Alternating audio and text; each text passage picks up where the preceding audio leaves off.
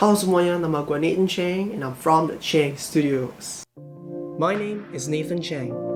I like filmmaking, traveling, and inspiring people. My name is Justin Chang. I like making music, traveling, and trying new things. Together, we want to make a change. Because that's who we are, the Cheng Studios! Annyeonghaseyo, yorobun! 2021 bukanlah tahun favorit gue. Jujur, apalagi sebagai seorang penggemar Marvel, gue sangat kecewa dengan konten-konten yang mereka sajikan. Maka itu belakangan ini gue malah banting setir ke arah yang berlawanan, yaitu gue mulai berkecimpung di dunia drama Korea, atau yang biasa kita singkat dengan drakor.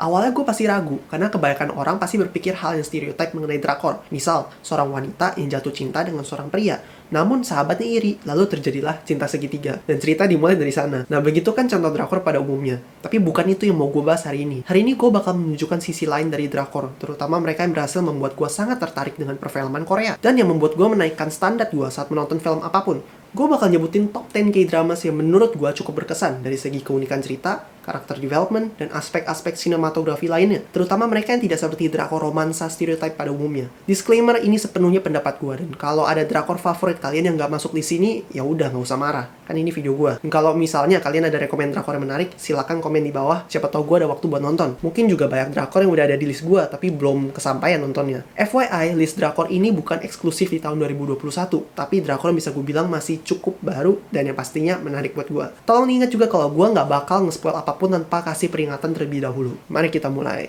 Dari urutan ke-10, Sky Castle. Drakor murder mystery tahun 2018 ini bakal menjadi drakor kedua paling populer sepanjang sejarah televisi Korea. Drakor ini menceritakan tentang kehidupan keluarga-keluarga paling kaya di Seoul yang tinggal di perumahan elit bernama Sky Castle. Drakor ini sangat populer dikarenakan pengambilan tema yang menyinggung soal pendidikan. Sudah nggak lazim sebagai orang tua kalau mereka tuh mempunyai ekspektasi tinggi untuk pendidikan anak-anaknya. Namun apa yang terjadi kalau mereka rela menghalalkan segala cara hanya agar anaknya dapat menerima pendidikan yang terbaik? Dan bukan itu saja, drakor ini juga menggabungkan elemen thriller dan misteri dengan plot yang sangat sulit ditebak, lengkap dengan perpaduan antara aktor-aktor papan atas dengan aktor-aktor muda yang memerankan para orang tua dan anak-anaknya. Tiap ending juga biasa disertai dengan cliffhanger yang membuat penonton makin penasaran dengan episode berikutnya, terutama saat mendengar lagu ini di background. Di urutan ke-9, Sweet Home. Drakor horror apokaliptik yang diadaptasi dari komik webtoon ini adalah drakor pertama yang berhasil mencapai Netflix Top 10 di Amerika Serikat. Seriesnya bercerita tentang dunia yang tiba-tiba dilanda bencana dengan munculnya monster-monster, dan bagaimana sekelompok warga di dalam sebuah apartemen tua harus bertahan hidup sembari memikirkan cara bagaimana untuk kabur. Salah satu hal yang membuat gue tertarik dengan series ini adalah pendalaman tiap karakter, yang biasanya itu sangat jarang dilakukan pada film-film Hollywood bertema zombie atau monster. Biasanya film seperti itu isinya cuma ya tembak-tembakan doang. Seri ini membuat kita sadar bagaimana manusia tidak sebaik apa yang orang awam pikirkan. Ada orang-orang tertentu yang mungkin terlihat jahat namun sebenarnya hatinya baik, orang-orang yang pintar namun sangat dingin, orang-orang yang sangat pendiam tapi ternyata sangat berguna, bahkan lebih seringnya orang-orang yang banyak bicara namun paling pengecut.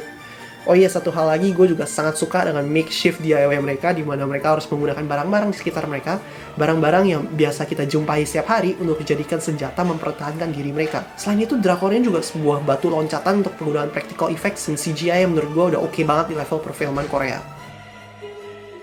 Di urutan ke-8, Squid Game.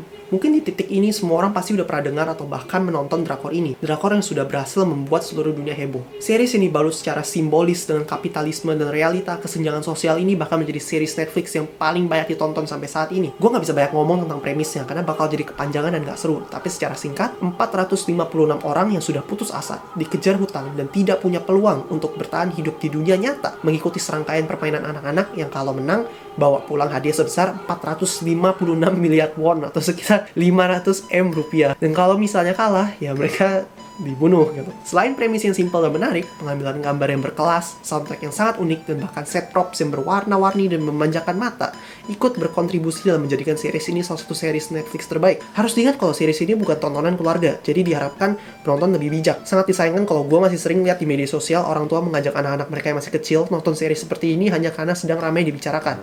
Please, be wise. Oke, lanjut. Di urutan ke-7, Class of Lies. Mungkin drakor ini nggak sepopuler drakor-drakor sebelumnya yang gue sebutin, tapi gue nggak nyangka bisa sebegitu gemarnya dengan series ini.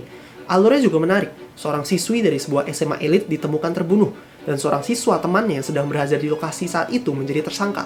Seorang pengacara yang egois disuruh menutup kasus ini dengan sengaja kalah dalam pengadilan. Namun ia sadar bahwa ada sesuatu yang janggal di balik kasus tersebut. Karena kecurigaannya inilah ia dipecat dari jabatannya. Namun sebaliknya, bukannya menyerah, ia berusaha untuk mencari tahu kebenaran di balik pembunuhan ini dengan menyamar sebagai seorang guru di sekolah elit tersebut. Dan disinilah ia menemukan sekolah yang begitu busuk dengan berbagai oknumnya dan murid-muridnya yang juga tidak kalah mencurigakan. Series ini sangat relevan dengan masalah-masalah dalam dunia persekolahan seperti bullying, kesenjangan sosial, KKN oleh oknum-oknum atas, dan berbagai masalah lainnya yang bakal membawa kalian buat mencurigai setiap orang yang kalian temui. Di urutan ke-6, DP, drakor yang kepanjangan dari Deserter Pursuit ini menceritakan tentang sisi gelap dari dunia wajib militer, terutama di masa-masa di mana belum ada hukum yang melindungi hak asasi manusia di dalam ranah militer. Kayaknya ya. Dan di mana senioritas adalah segalanya. Drakor ini dapat membuat penonton ikut merasakan betapa menyedihkan, menyeramkan, dan gelapnya kehidupan wajib militer, terutama dengan adanya oknum-oknum senior yang kerap bahkan setiap harinya merundung para juniornya.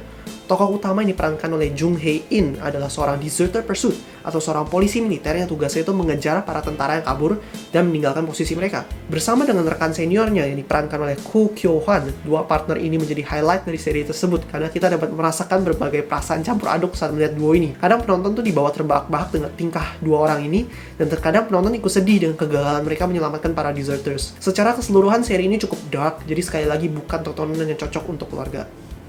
Di urutan ke-5, Kingdom. Inilah drakor pertama yang gue tonton, dan juga drakor yang membuat gue tertarik dengan sisi lain dari perfilman Korea. Seri yang udah keluar 2 musim dan juga sebuah film prequel ini mempunyai latar belakang era Joseon, yaitu sekitar abad ke-19, saat Jepang dan Korea sedang panas-panasnya berperang. Drama yang berhasil membawakan genre horror zombie dengan sejarah dan politik ini mencetak rekor buat gue sebagai drakor dengan tokoh antagonis yang paling gue benci setelah Train to Busan. Bahkan ada saat-satu di mana gue bisa ngamuk sendiri di depan laptop karena aksi para lawan tokoh utama tersebut. Secara singkat, drakor ini bercerita tentang keluarga kerajaan yang sedang merebutkan tahta yang kosong karena sang raja baru saja terpapar sebuah penyakit misterius.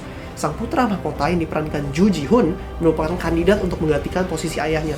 Namun sayangnya ia adalah seorang putra selir. Sang ratu atau ibu angkat dari Ju Ji-hoon berasal dari cabang keluarga yang sangat berkuasa, dan perlawanan politik terjadilah dengan sang putra mahkota. Namun tanpa disadari, penyakit misterius ini semakin lama semakin menyebar ke seluruh kerajaan, membunuh orang dan mengubah mereka menjadi zombie. Sang putra mahkota harus mengejar waktu untuk menghentikan wabah ini sembari mempertahankan haknya sebagai calon raja berikutnya. Awalnya mungkin series ini agak membingungkan ya, karena berbagai referensi sejarahnya. Namun semakin lama kita mengikuti, semakin seru alurnya berjalan, dan juga semakin kompleks ceritanya. Ditambah dengan persenjataan yang sangat minim saat itu, yaitu cuma pakai pedang, tombak, dan mungkin panah, disertai dengan zombie-zombie yang sangat terlihat realistis, membuat series ini semakin unik dibandingkan film-film zombie lainnya. Pokoknya sangat rekomen buat kalian yang gemar dengan series-series berbobot. Di urutan keempat, Vagabond. Ini adalah drakor kedua yang gue tonton setelah Kingdom. Drakor action thriller politik ini juga mempunyai premis yang simpel, yaitu seorang stuntman bernama Cha Dal-gon yang diperankan oleh Lee Seung-gi mempunyai seorang keponakan yang meninggal di sebuah kecelakaan pesawat. Namun ia merasa bahwa tragedi tersebut bukanlah suatu kecelakaan saat ia menemukan ada seseorang yang berhasil selamat dari kecelakaan tersebut. Ia pun berpapasan dengan seorang agen Badan Intelijen Nasional, Go Hae-ri, yang diperankan oleh Suzy Bae, dan mereka bersama-sama berusaha untuk membawa kebenaran di balik jatuhnya pesawat tersebut. Drakor ini merupakan salah satu yang paling unik karena menyajikan koreografi action yang menakjubkan dari aktor Lee Seung-gi, alur yang berlapis-lapis, plot twist yang kerap terjadi dan sangat-sangat tidak disangka, dan juga yang pastinya, drakor ini adalah drakor yang paling dikenal dengan cliffhanger-nya yang membuat penonton tuh nggak sabar menantikan episode selanjutnya. Pokoknya drakor ini adalah drakor yang bisa membuat penonton berpikir sepanjang hari, atau drakor yang bahkan membuat penonton tuh menghabiskan semua episode ini dalam sehari. Sebelum gue masuk ke top 3, gue bakal nyebutin honorable mentions yang gak masuk top 10, tapi menurut gue cukup layak lah untuk masuk video ini. Yang pertama ada Move to Heaven. Drakor ini paling populer tahun ini sebagai drakor yang mengandung bawang. Dia pasti menjamin penonton tuh nangis gak karuan tiap episodenya. Jujur, gue bukan orang yang gampang nangis, jadi memang ada beberapa episode yang sedih, tapi gak semuanya berhasil membuat gue nangis. Tapi secara keseluruhan, drakor ini sangat menyentuh, penuh dengan pesan-pesan moral, dan juga cocok untuk tontonan keluarga. Selain itu, ada 18 Again, drakor romance pertama yang akhirnya gue sebut di video ini. Sekali lagi gue harus tekenin kalau gue bukan penggemar genre romance, tapi drakor ini merubah persepsi gue tentang itu. Menurut gue, genre romance yang dipadukan dengan komedi dan keluarga ini sukses memikat hati gue, dan bahkan ada beberapa episode yang bikin gue gak bisa nahan air mata. Salah satu yang membuat gue mau untuk memulai drakor ini adalah salah satunya alurnya yang cukup unik. Jadi ada seorang ayah yang keluarganya berantakan, namun entah bagaimana tubuhnya itu berubah menjadi dirinya saat berumur 18 tahun. Disitulah semua ceritanya dimulai. Oke, sekarang saatnya kita masuk ke top 3. Di urutan ketiga, Racket Boys. Bisa dibilang ini drakor yang cukup menarik karena mengangkat tema badminton, olahraga yang bisa dibilang bukan yang paling populer lah di Korea. Series ini menceritakan seorang mantan pemain bulu tangkis yang akhirnya mendapat pekerjaan sebagai seorang pelatih di sebuah desa terpencil. Ia pun pindah dari kota ke desa bersama dengan keluarganya, di mana anaknya yang sulung, Yoon Hye Kang, adalah seorang siswa SMP pemain baseball. Cerita dimulai saat Hye Kang bertemu dengan klub bulu tangkis yang diasuh ayahnya, yang ternyata hanya beranggota 3 orang. Agar dapat mengikuti kompetisi, mereka pun berusaha mengajak Hye Kang untuk bergabung dalam tim mereka. Series ini berputar sekitar kehidupan para 4 anggota Racket Boys, keluarga Yoon Hye Kang, dan juga kehidupan para warga desa. Walaupun terdengar sederhana, drakor ini berhasil membuat gue susah banget untuk move on setelah menyelesaikan seri tersebut. Dan terkadang perasaan penonton tuh dibawa campur aduk lah. Kadang tertawa dengan kekonyolan para remaja tersebut, kadang bersemangat saat melihat perjuangan dan latihan mereka, yang pastinya sedih dengan berbagai scene emosional yang disajikan, misalnya pas mereka kalah gitu. Karakter development-nya juga kerasa banget sih, di mana hampir setiap karakter, baik yang utama maupun yang pendukung, mendapatkan pertumbuhan yang sangat signifikan selama seri ini berjalan. Ditambah dengan aktor-aktor yang sebenarnya bisa dibilang cukup baru di ranah perfilman, tapi mereka tuh bisa mengekspresikan perasaan dari setiap karakter itu dengan sangat baik. Selain itu, background music dan OST mereka juga mendapatkan peran penting dalam keseluruhan drakor ini. Dimulai dengan lagu yang dibawakan oleh The Boys yang sangat membakar semangat para pendengarnya, ya, lagu yang sekarang gue mainin di belakang ini, dan juga background music yang bisa membuat kalian merasa bahwa kalian sedang berada dalam desa tersebut. Dan bahkan buat mereka yang mungkin tidak pernah mengikuti atau mungkin tidak tertarik dengan badminton pada awalnya, series ini membuat kita jatuh cinta dengan cabang olahraga yang satu ini. Pokoknya buat kalian yang lagi butuh hiburan atau healing dramas, drakornya cocok banget dimasukkan di watchlist kalian.